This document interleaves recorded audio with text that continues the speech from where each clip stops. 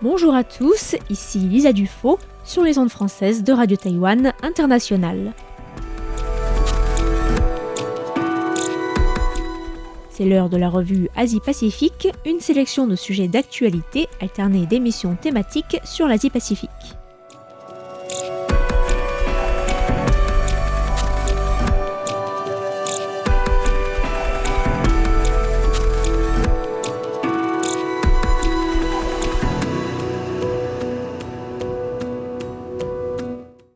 Bonjour à tous et bienvenue dans la revue Asie-Pacifique de cette semaine. Je vous propose aujourd'hui de revenir sur l'Assemblée générale de l'ONU qui s'est ouverte à New York mardi dernier et qui s'est conclue hier, et en particulier sur les sujets que les pays insulaires de la région du Pacifique ont tenté de mettre en avant dans leurs interventions. Les prises de parole des représentants du Pacifique se sont en effet concentrées sur le changement climatique et sur ses conséquences, et en particulier sur la montée du niveau de la mer qui menace l'existence même de ces pays. La vice-présidente des Palaos, Uduk Sengembao, s'est exprimée mercredi dernier à la tribune de l'Assemblée générale pour rappeler, je cite, que la réponse mondiale au changement climatique était une question de vie ou de mort. La vice-présidente a également attiré l'attention sur la situation dans son pays où la crise climatique menace la sécurité alimentaire et la stabilité économique et où les tempêtes et les glissements de terrain deviennent plus fréquents et plus intenses et où les périodes de sécheresse se prolongent également. Tous ces changements ont, elle l'a dit, des conséquences très concrètes sur la vie quotidienne des habitants de l'archipel, en faisant par exemple bondir le coût des produits importés et en rendant ainsi l'accès à la nourriture plus difficile pour les plus démunis. On a senti la colère de la dirigeante lorsque cette dernière a rappelé que les petits pays insulaires en voie de développement contribuaient ensemble pour moins d'1% aux émissions de gaz à effet de serre, tout en étant les plus impactés par la crise climatique. La vice-présidente du Parlement des Fidji, Lenora Kere-Keratabua, lui a fait écho lorsqu'elle a déclaré que les pays riches produisant le plus d'énergie fossile devaient devancer le reste du monde en matière d'action climatique. Les objectifs de l'accord de Paris ont aussi été rappelés, et notamment par le Premier ministre des Tonga dans son discours de vendredi, dans lequel il a exhorté une fois de plus la communauté internationale à agir rapidement et de manière radicale pour restreindre la moyenne du réchauffement climatique au niveau mondial à 1,5 degré par rapport au niveau pré-industriel. Sia aussi Sovaleni, qui a affirmé que le monde, je cite, était au bord de la catastrophe climatique, a aussi déclaré que les pays industrialisés devaient renforcer leurs engagements en termes de réduction des émissions et a également appelé à s'assurer de faciliter l'accès des pays insulaires du Pacifique au financement climatique. Le financement climatique, qui fait référence aux flux financiers ou aux instruments financiers qui sont utilisés pour répondre aux causes et aux conséquences du changement climatique, a en effet été abordé à plusieurs reprises, et notamment par l'envoyé spécial des îles Marshall pour le climat auprès des Nations Unies, Tina Steg, qui a appelé à plus de justice dans l'accès des pays du Pacifique à ces financements. Parmi les conséquences des changements climatiques qui ont été abordées dans les interventions, c'est sans doute la montée des eaux qui est ressortie comme une des principales préoccupations des États de la région. Le secrétaire général de l'ONU, Antonio Guterres, a alerté dans son discours sur la montée des eaux qu'il a qualifiée, je cite, de menace existentielle. Notons qu'un rapport de l'ONU publié en août dernier indiquait que l'augmentation du niveau de la mer avait été presque 2 fois plus rapide que la moyenne mondiale dans la région du Pacifique sur la période allant de 1993 à 2023, avec une augmentation de 10 à 15 cm. La question était déjà un des sujets prioritaires du sommet des dirigeants du Forum des îles du Pacifique qui s'est tenu dans le royaume des Tonga en août dernier. Lors du sommet, les dirigeants du forum s'étaient mis d'accord pour davantage porter le sujet de la montée du niveau de la mer sur la scène internationale et notamment à l'Assemblée générale de l'ONU. Et d'une certaine manière, c'est un succès puisqu'une réunion plénière sur le sujet a été organisée le 25 septembre à New York.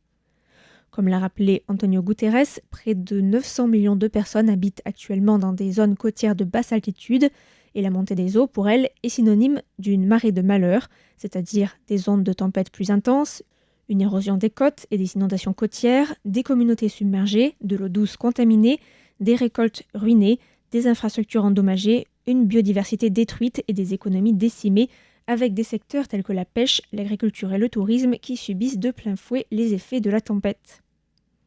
Le Premier ministre des Tuvalu, Feleti Teo, dont le pays est sans doute le plus menacé par le phénomène puisque l'archipel devrait disparaître presque totalement d'ici 2100, a insisté sur la nécessité de garantir la souveraineté des États et de geler leurs zones économiques exclusives pour garder leurs frontières terrestres et maritimes telles quelles. Un appel qui a été suivi par la première ministre des Samoa, Fiame Naomi Mataafa, qui a exhorté la communauté internationale à adapter le droit international afin d'assurer la reconnaissance de ces États et de leur souveraineté sur les territoires perdus par la montée des eaux.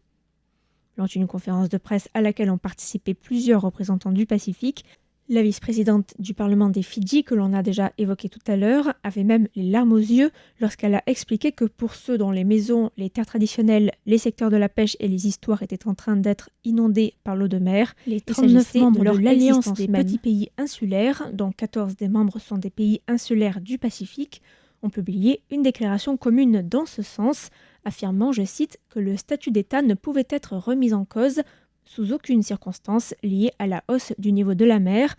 et que leur souveraineté et leur qualité d'État membre de l'ONU devraient être garanties dans le futur.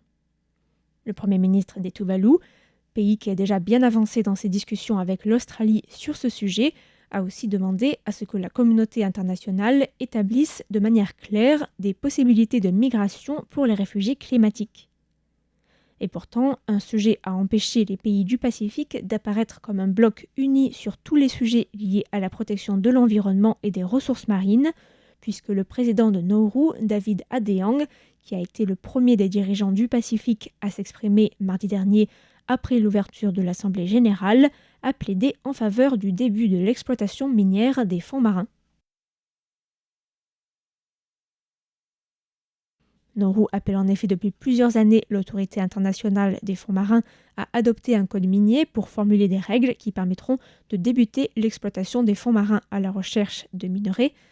Dans le cas de Nauru, c'est l'entreprise canadienne cotée en bourse, The Metals Company, spécialisée dans l'extraction de nodules polymétalliques dans la zone Clarion-Clipperton dans le Pacifique, qui est chargée, via sa filiale Nauru Ocean Resources Inc., d'explorer les ressources en nickel et en manganèse du fond marin de cette zone. Tandis que d'autres pays s'y opposent et appellent à un moratoire en attendant que davantage de recherches indépendantes soient menées sur les risques et les conséquences environnementales de cette exploitation des fonds marins, le président nauruan a affirmé que la communauté internationale, je cite, ne devait pas laisser la peur et la désinformation bloquer l'exploitation des minerais des fonds marins qui pourraient être indispensables à la transition énergétique. Et il faut le redire, le sujet ne fait pas du tout l'unanimité dans la région.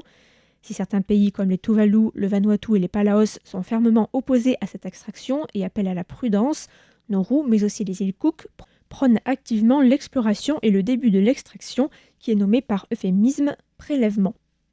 Nauru est également soutenu dans cette position par la Papouasie-Nouvelle-Guinée où l'exploration a déjà commencé dans la mer de Bismarck entre les îles de la Nouvelle-Irlande et de la Nouvelle-Bretagne. Les îles Cook ont quant à elles accordé en 2022 des licences d'exploration de 5 ans à 3 entreprises, mais aucune date de début d'exploration n'a pour l'instant été annoncée.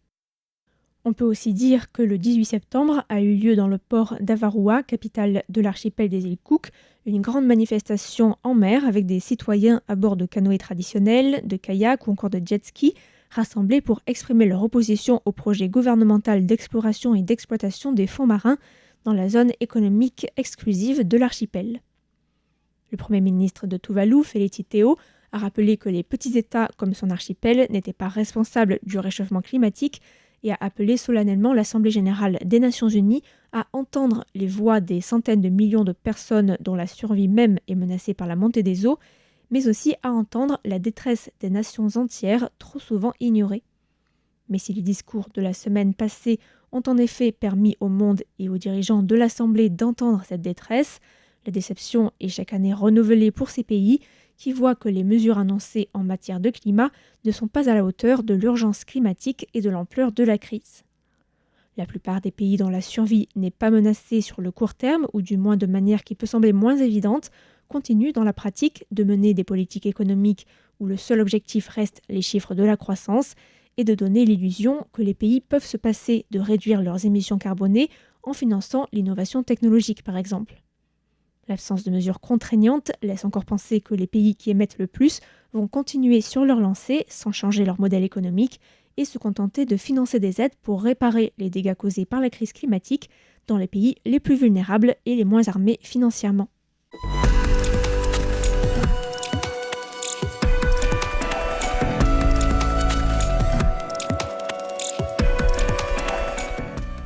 C'était la revue Asie-Pacifique de cette semaine, présentée par Lisa Dufaux pour Radio Taïwan International. Merci pour votre écoute et à la semaine prochaine.